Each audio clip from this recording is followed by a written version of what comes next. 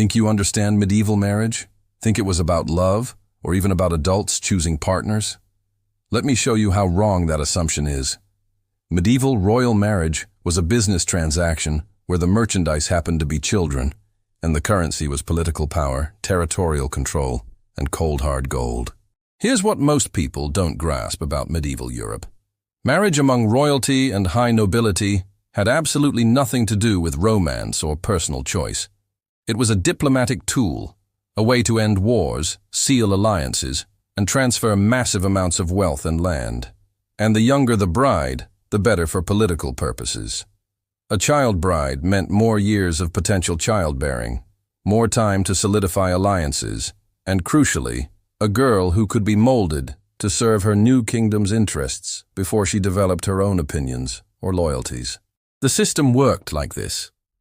Noble families would begin negotiating marriages for their daughters practically from birth. By age 3 or 4, a princess might already be engaged to a prince or king she'd never met, in a kingdom whose language she didn't speak. These weren't just casual agreements. These were binding legal contracts involving dowries that could bankrupt kingdoms. We're talking hundreds of thousands of gold coins, entire territories, trade agreements, and military alliances, all packaged with a little girl who might still be learning to read. But here's the thing that might surprise you. Medieval society actually made a distinction between marriage and consummation. They understood, at least in legal terms, that a 6-year-old couldn't perform the physical duties of a wife. So while the marriage ceremony would happen early, locking in the political alliance, the actual consummation was typically postponed until the girl reached what they considered sexual maturity, usually around 12 to 14 years old, roughly coinciding with the onset of menstruation. This created a bizarre liminal state. You'd have girls who were legally married, carrying the title of queen or duchess, living in foreign courts, but still playing with dolls and having lessons with tutors. They were wives in name, political pawns in reality, and children in every meaningful sense. The wedding ceremony itself was real and binding. The bedding ceremony, that medieval tradition where guests would escort the couple to their marriage bed, would happen. But in cases of child brides, it was understood that actual sexual relations would wait. Now, before you think this was some enlightened policy protecting children, understand the motivation. This wasn't about the girl's well-being. This was about property. A dead bride before she could produce heirs was a failed investment. Medieval physicians knew, even with their limited medical knowledge, that pregnancy in very young girls was extremely dangerous. So waiting until 12 or 13 wasn't mercy, it was risk management. They were protecting their investment until it matured enough to be useful. These child marriages were primarily an aristocratic phenomenon. Common people, peasants and townsfolk, typically married much later, in their late teens or early 20s, after they'd accumulated enough resources to establish a household. But for royalty and high nobility, where bloodlines determined who controlled entire kingdoms, children were married off as soon as politically convenient. The practice was widespread across medieval Europe. French princesses married English kings. German duchesses married Italian nobles. Spanish infantas married Portuguese princes. It was an intricate web of child marriages creating an interconnected European aristocracy, where everyone was related to everyone else, and where little girls were the glue holding together political alliances that their fathers hoped would bring peace, prosperity, or at least prevent immediate warfare. But one case stands out even among this catalogue of medieval absurdity. One child bride whose story reveals just how grotesque this system could become, even by the standards of an era that accepted child marriage as normal diplomatic practice. Her name was Isabella of Valois, and her story begins in 1396 when she was 6 years old. On November 9th, 1389, a baby girl was born in Paris, who would become one of medieval Europe's most tragic figures. Her name was Isabella, daughter of King Charles VI of France and Queen Isabeau of Bavaria. She was born into one of the most powerful royal families in Europe, at a time when that power was being slowly drained by an endless war that had already consumed 2 generations. The 100 Years' War between England and France had been raging since 1337. By the 1390s, both kingdoms were exhausted, Decades of warfare had devastated the French countryside, emptied treasuries on both sides, and killed thousands of soldiers and civilians.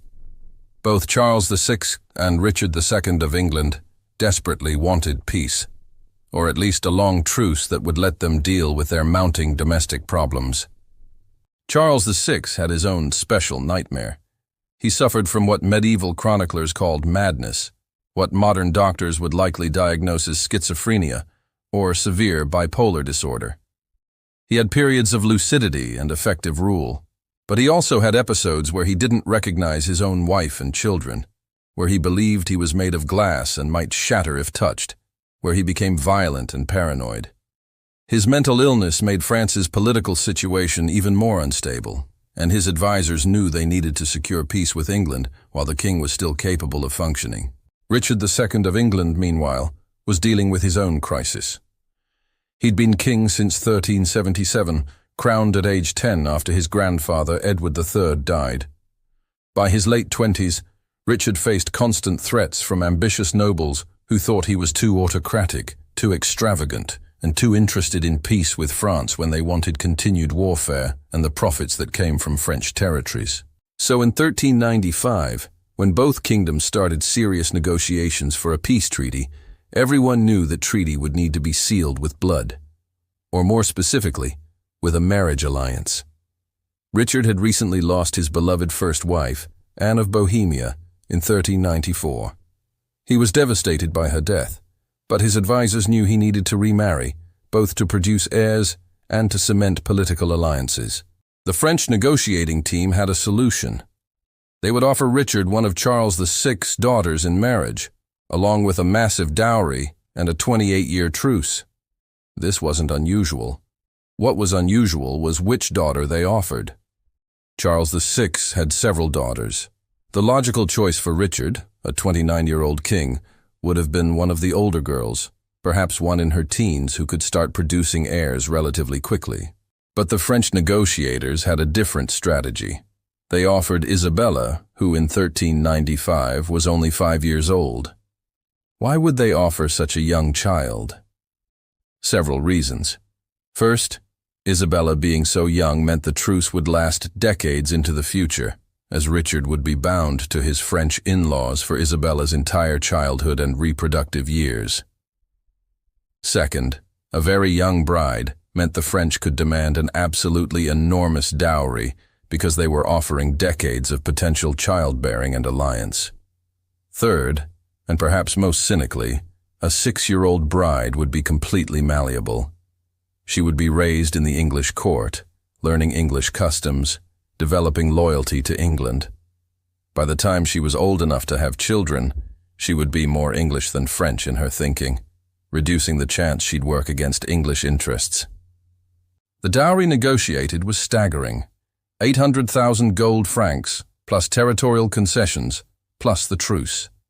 To put that in perspective, this was enough money to fund several years of warfare.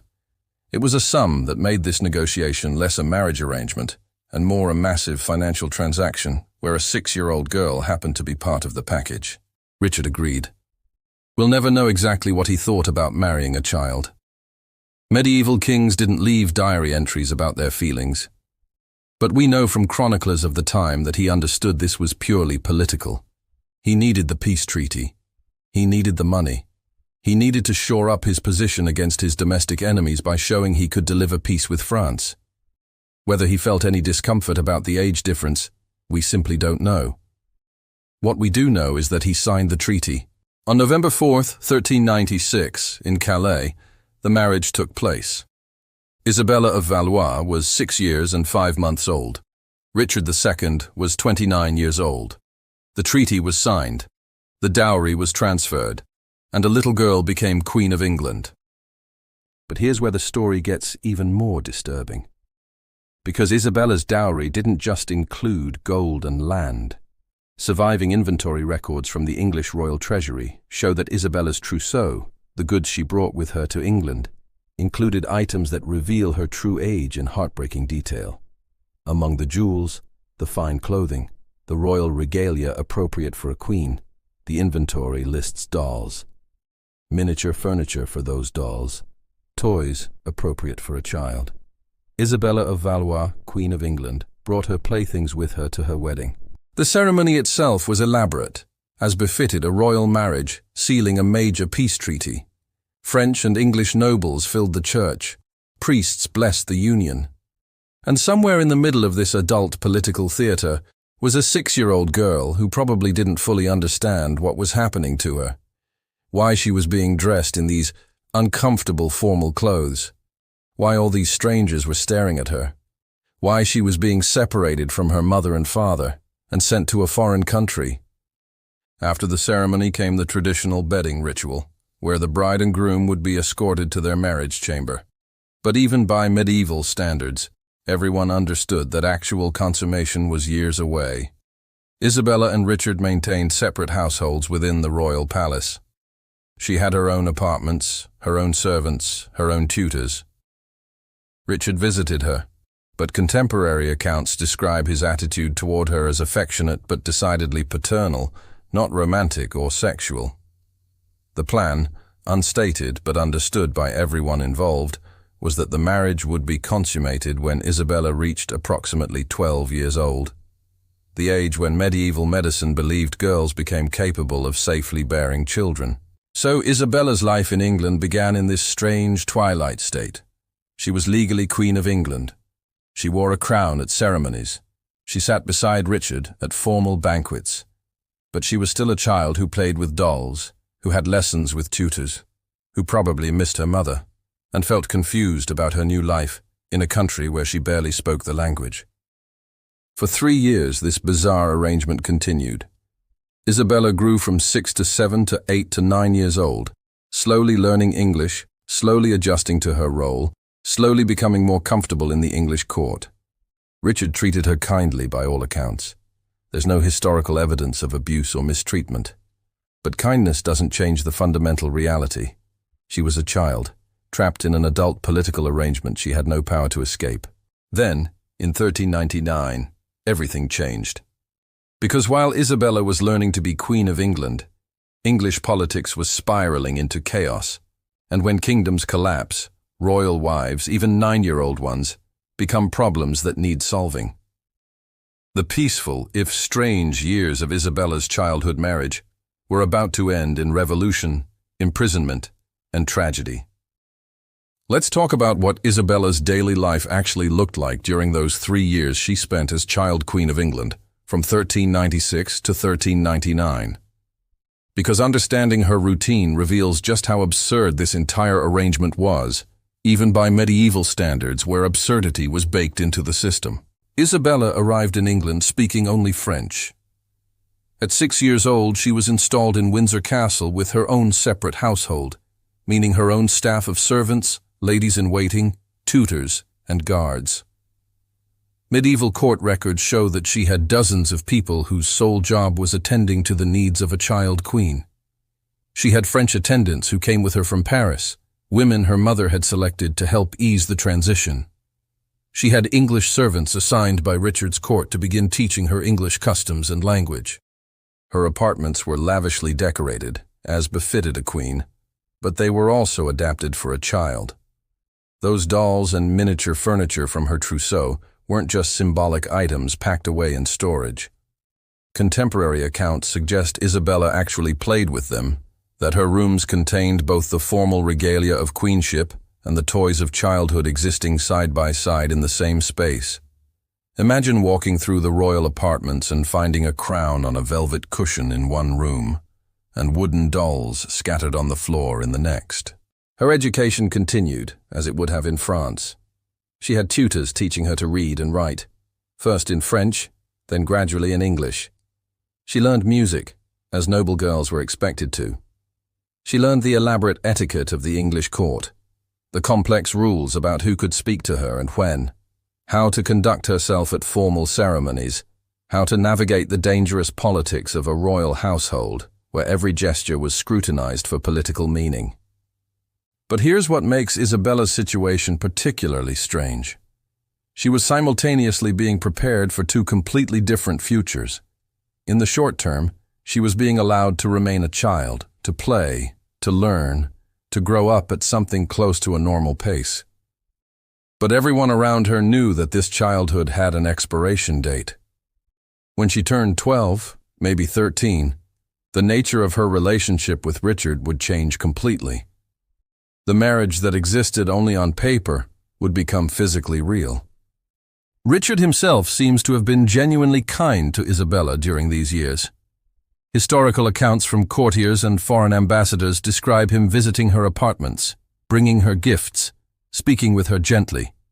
But these same accounts make clear that his attitude toward her was more like that of an indulgent uncle or guardian than a husband. He had lost his first wife, Anne of Bohemia, only 2 years before marrying Isabella, and contemporary sources suggest he was still genuinely grieving that loss. Anne had been his own age, his partner, his friend. Isabella was a political necessity, not a romantic companion. The English court adapted to this unusual situation with practical accommodations. During formal ceremonies and banquets, Isabella would appear beside Richard, dressed in her royal finery, playing the role of queen. She'd sit through hours of formal dinners where powerful nobles discussed politics and warfare, probably understanding very little of what was being said. Then she'd be escorted back to her apartments, where she could return to being a child. But medieval royal life didn't allow for much genuine privacy or childhood freedom, even in the best circumstances. Isabella's every movement was watched, recorded, reported on. Foreign ambassadors would visit and write detailed dispatches back to their home countries describing the young queen's health, her education, her relationship with Richard, trying to gauge whether this marriage alliance was stable and whether the peace treaty it guaranteed would hold. The bedding ceremony that had taken place on Isabella's wedding night deserves special attention here because it reveals both the formality of medieval marriage customs and the strange accommodations made for child brides. Yes, the ceremony happened. After the wedding feast, Isabella was escorted to the royal bedchamber by female attendants who helped her into bed. Richard was brought in by male courtiers. A priest blessed the bed and the couple. This was all standard protocol for royal marriages, witnessed by nobles to ensure the marriage was legitimate. But everyone involved understood that nothing sexual would happen that night, or for years to come. The bedding ceremony for child brides like Isabella was essentially a legal formality, a public acknowledgement that the marriage contract was now in effect, even though consummation was postponed. Once the witnesses had seen the couple placed in bed together and the blessings pronounced, they left. Richard, according to historical consensus based on courtier accounts, treated the whole affair as the political theater it was, then returned to his own apartments, leaving Isabella to sleep surrounded by her ladies-in-waiting. This strange arrangement continued for 3 years. Isabella grew older, taller, more educated, more comfortable in her role as England's queen. She learned English. She adapted to English food, English weather, English customs. The plan was proceeding exactly as the treaty negotiators had designed it. In a few more years, she'd be old enough to begin producing heirs, and the alliance between England and France would be cemented by children who were both English royalty and French nobility. But plans, especially medieval political plans, had a tendency to fall apart when you least expected it. And in England during the late 1390s, political instability was building toward an explosion that would sweep away Richard's reign, end Isabella's childhood marriage, and transform a 9-year-old queen into a 10-year-old widow and political prisoner. The seeds of disaster were already planted before Isabella ever arrived in England. Richard II, despite being intelligent and culturally sophisticated, was also autocratic, paranoid about threats to his power, and deeply unpopular with many English nobles who resented his style of rule and his focus on peace with France when they wanted continued war and territorial expansion. By 1399, opposition to Richard had coalesced around his cousin, Henry Bolingbroke, Duke of Lancaster, a powerful noble with his own claim to the English throne. Isabella, isolated in her royal apartments, probably had little understanding of the gathering storm. She was 9 years old, focused on her lessons and her daily routines. But the adults around her knew that England was on the brink of civil war, and that when kingdoms collapse, royal wives become problems that need immediate solutions. In September 1399, Isabella of Valois' strange but relatively peaceful childhood as Queen of England ended abruptly. Henry Bolingbroke, who had been exiled by Richard II, returned to England with an army. The English nobility, fed up with Richard's autocratic rule and expensive peace policy with France, flocked to Henry's banner. Within weeks, Henry had enough support to force Richard's abdication. Richard II, the 29-year-old king who had married a 6-year-old girl 3 years earlier for political peace, was now a prisoner.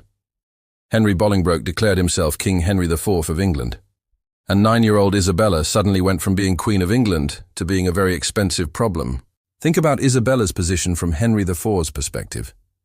She was the daughter of the French king, married to the deposed English king, representing a peace treaty that Henry's supporters hated.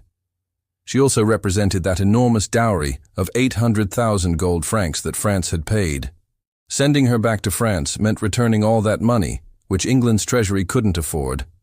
But keeping her meant dealing with an ongoing symbol of the old regime and maintaining diplomatic complications with France. Henry's initial solution was both pragmatic and deeply cruel. He offered to marry Isabella to his own son, the future Henry V, who was roughly Isabella's age. This would have maintained the alliance with France, kept the dowry, and given Henry IV's new regime legitimacy by incorporating the previous king's widow into his own family. It was politically clever. It was also proposing to marry off a traumatized 9-year-old girl whose husband had just been violently overthrown. Isabella refused. Let that sink in for a moment. A 9-year-old girl in a foreign country, whose protector had been imprisoned, surrounded by people who now served a different king, somehow found the courage to refuse a proposal from the man who had just seized power. Historical records, including correspondence between the English and French courts, confirm that Isabella explicitly rejected the marriage proposal to Henry's son. This refusal took remarkable courage, and it probably came from two sources. First, her French attendants, the ladies-in-waiting who had come with her from Paris, likely advised her to refuse and hold out for return to France. Second, even at 9 years old, Isabella understood enough about power and politics to know that her value lay in being the wronged queen, the victim of English treachery. Agreeing to marry into Henry IV's family would have made her complicit in the overthrow of her first husband. So Henry IV had a problem. He couldn't force her to marry his son without creating a diplomatic nightmare with France. He couldn't send her back without returning the massive dowry. His solution was to keep her in a state of limbo, technically honored as the Dowager Queen, but actually held as a prisoner. Isabella spent the next 2 years, from age 9 to 11, in a form of comfortable imprisonment. She was kept in various English castles, primarily Windsor and Sonning, with her household maintained at English expense, but with no freedom to leave or communicate freely with France. Meanwhile, English and French diplomats engaged in bitter negotiations about her fate and the dowry. Then, in February 1400, the situation became even worse. Richard II died while imprisoned at Pontefract Castle. The official story was that he died of starvation, possibly self-inflicted. The reality, accepted by most modern historians, is that he was almost certainly murdered on Henry IV's orders to prevent any attempt to restore him to the throne. Richard was 33 years old. Isabella was now a widow at age 10. Think about that for a moment. She had been married at 6, lived as a child queen for 3 years, witnessed a revolution, spent a year as a prisoner, and was now widowed before reaching adolescence. And she still had another year of imprisonment ahead of her before the diplomatic situation resolved. The negotiations between England and France became increasingly bitter. France demanded Isabella's return and the full return of her dowry. Henry IV claimed significant portions of the dowry had already been spent on Isabella's maintenance. Both sides used the 10-year-old girl as a bargaining chip in larger political games. Finally, in July 1401, an agreement was reached. Isabella would return to France. England would return a portion of the dowry, though not the full amount. The peace treaty that her marriage was supposed to guarantee was effectively dead. Isabella had served her political purpose, and now she was being discarded by both kingdoms. When Isabella finally left England and returned to France, she was 11 years old. She had spent 5 years of her childhood, from age 6 to 11, in a foreign country as part of a political arrangement she had no power to refuse. She had been married to a king, witnessed that king's overthrow and murder, been held prisoner by his successor, and been used as a diplomatic bargaining chip. One might think, one might hope, that returning to France would mean returning to something like a normal childhood, perhaps a few years of peace before she'd be married off again. But this was medieval Europe, and Isabella was still a princess of France, still valuable for marriage alliances. Her ordeal in England hadn't made her less valuable as a political pawn. If anything, her status as a dowager queen who had refused to betray her first husband had made her more prestigious, more desirable as a bride for ambitious nobles. Isabella had 5 years of relative peace in France, from 1401 to 1406, living at the French court, reconnecting with her family, recovering from her English trauma. She was probably taught, as noble girls were, that her first marriage was an unfortunate political situation that had gone wrong, but that her duty to her family and kingdom remained.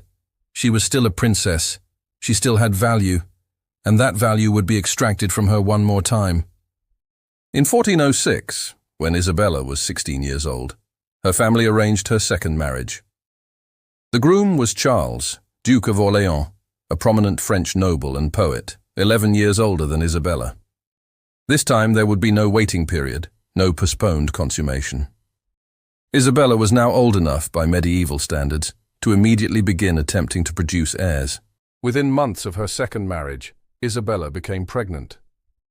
After surviving one political marriage that ended in revolution and imprisonment, after 5 years of recovery, she was now being pushed into the role her first marriage had delayed, the role that medieval royal women were expected to fulfill regardless of their personal histories or traumas.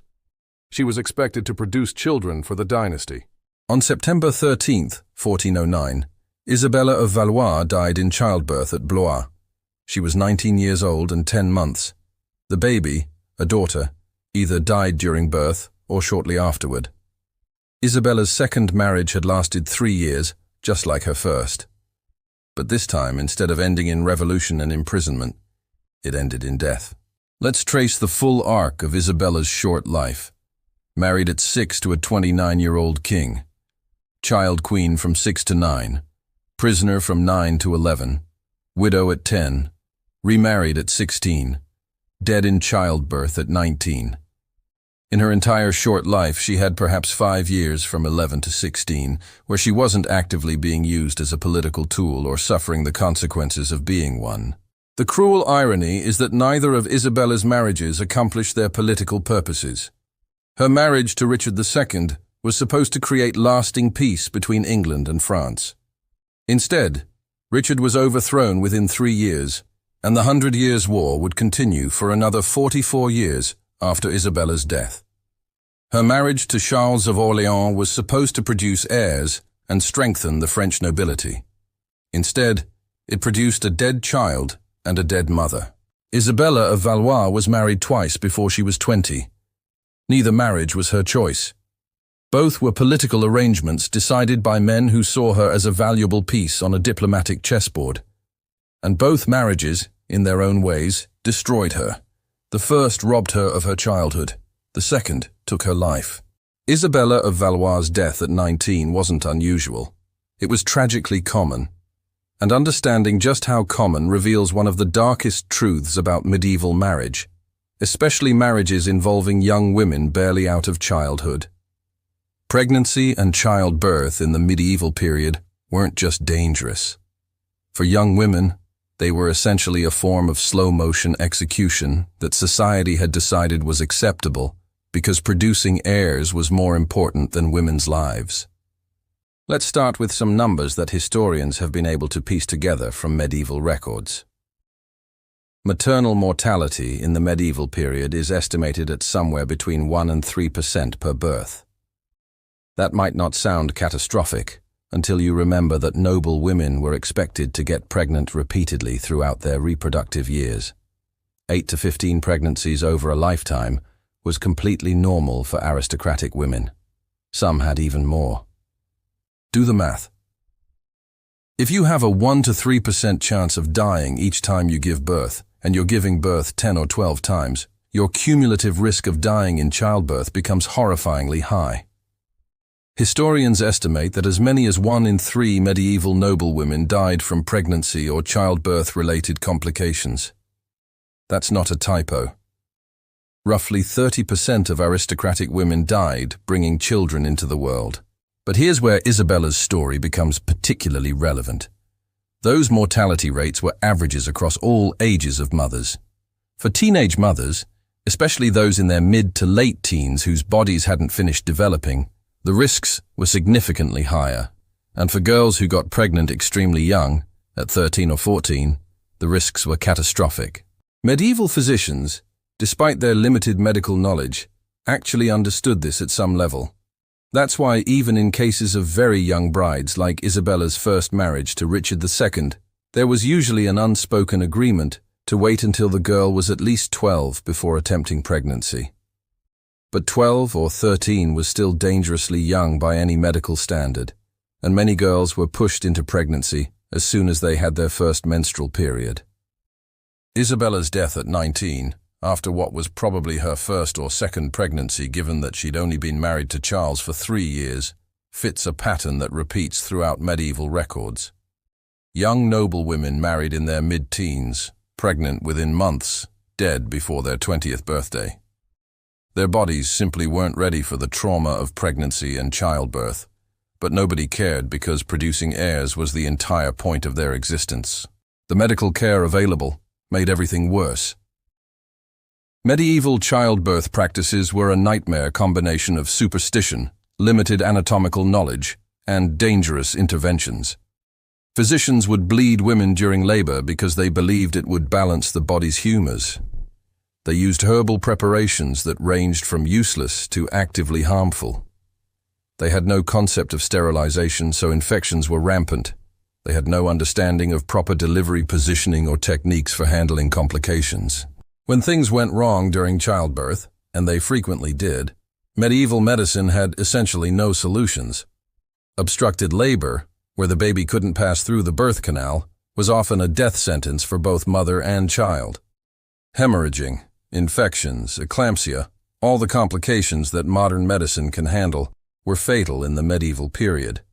Women would labor for days, sometimes weeks, in agony before dying of exhaustion, blood loss, or infection. But let's return to the specific horror of young mothers. When a girl in her mid to late teens became pregnant, her pelvis often hadn't finished developing. Her body wasn't structurally ready to pass a full-term infant. This meant obstructed labor was more common, delivery was more traumatic, and the chances of catastrophic tearing, hemorrhaging, and infection were all significantly elevated. Isabella died at 19 after giving birth. We don't know the specific medical details of her death because medieval records rarely preserved that kind of information. But we know she died. And we know the baby died. And we know that this happened within 3 years of her second marriage, suggesting this was one of her first pregnancies.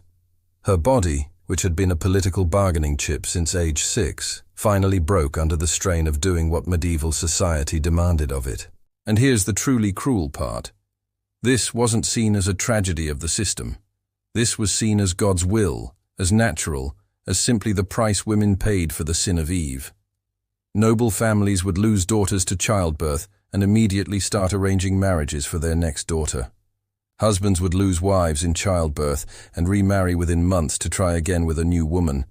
The system demanded heirs, and if women died producing them, well, that was just how things worked.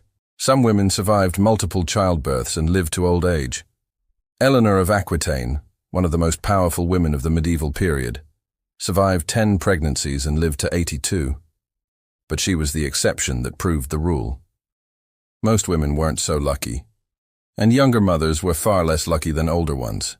The psychological trauma must have been immense. Imagine being a teenage girl in the medieval period, watching your mother die in childbirth, knowing that your older sister died in childbirth, knowing that this was likely your own fate. Then imagine being married off at 14 or 15, knowing that pregnancy was expected immediately, knowing that each pregnancy might kill you, but having absolutely no power to refuse or delay. Some women tried to avoid pregnancy through various medieval contraceptive methods, most of which didn't work. Others tried to space their pregnancies by claiming illness or using religious observances as excuses to avoid their husbands. But ultimately, producing heirs was their duty, and refusing that duty could lead to annulment, accusations of witchcraft, or social destruction. Isabella's death was one among thousands, tens of thousands, of young women who died doing what medieval society demanded of them. Her story is better documented than most because she was a queen, because her first marriage was politically significant, because chroniclers paid attention to her. But in every noble household across medieval Europe, similar tragedies were playing out. Young women married early, pregnant early, dead early. The system treated women's bodies as property, as tools for producing heirs, as negotiable assets in political arrangements. And when those bodies broke under the strain, when young women died in agony bringing children into the world, the system simply moved on to the next girl. There were always more daughters to marry off, more wombs to exploit, more lives to sacrifice for dynastic ambitions. Isabella of Valois survived being married at 6 to a 29-year-old king. She survived revolution, imprisonment, and the trauma of widowhood at 10.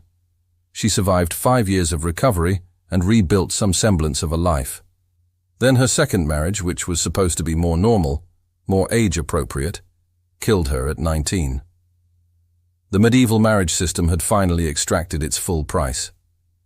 Let's pull back and look at what Isabella's story reveals about medieval marriage, power, and the systematic destruction of children for political purposes. Because while Isabella's case was extreme even by medieval standards, it wasn't unique.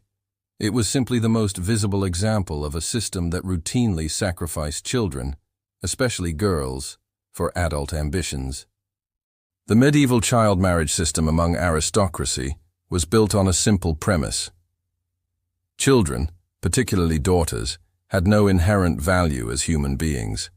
Their value was entirely instrumental. They were tools for creating alliances, ending wars, transferring wealth, and producing heirs. Everything else about them, their feelings, their development, their well-being, was irrelevant compared to their utility in adult political schemes. This system required everyone involved to engage in a form of collective delusion. Adults had to pretend that marrying a 6-year-old to a 29-year-old was somehow normal and acceptable. They had to pretend that the elaborate ceremonies, the bedding rituals, the legal contracts, transformed children into wives rather than simply trapping children in adult political arrangements. They had to pretend that waiting until 12 or 13 to consummate these marriages was adequate protection rather than a minor modification to what was essentially institutionalized abuse. Medieval society managed this delusion through a combination of legal fiction and selective empathy. The law treated marriage as a contract that could be executed regardless of the age of the parties involved. The Church, which controlled marriage law, set minimum ages for marriage at 12 for girls and 14 for boys, but routinely granted dispensations allowing marriages at younger ages when politically convenient. And society as a whole simply accepted that noble children lived by different rules than common children. But here's what's important to understand. Even medieval people knew this system was problematic. We have records of contemporaries expressing discomfort with particularly young marriages. When Isabella married Richard II, some French and English chroniclers noted that she was unusually young even by the standards of the time. The phrase "hardly out of her cradle" appears in multiple contemporary accounts. So this wasn't a case of people in the past having completely different moral frameworks. They knew marrying a 6-year-old was extreme. They just valued political expediency more than protecting children. The long-term consequences of this system were devastating and multi-generational. Girls like Isabella who survived their child marriages often emerged traumatized, stunted in their emotional development, and physically damaged. Those who didn't survive, and there were many, left behind grieving families and political chaos. The children of these marriages, born to teenage mothers who were barely more than children themselves, grew up in households marked by trauma and loss. But let's also acknowledge the complexity here. Medieval noble families weren't cartoon villains deliberately trying to hurt children. They were operating within a system where political stability, territorial control, and dynastic continuity were literally matters of life and death for entire populations.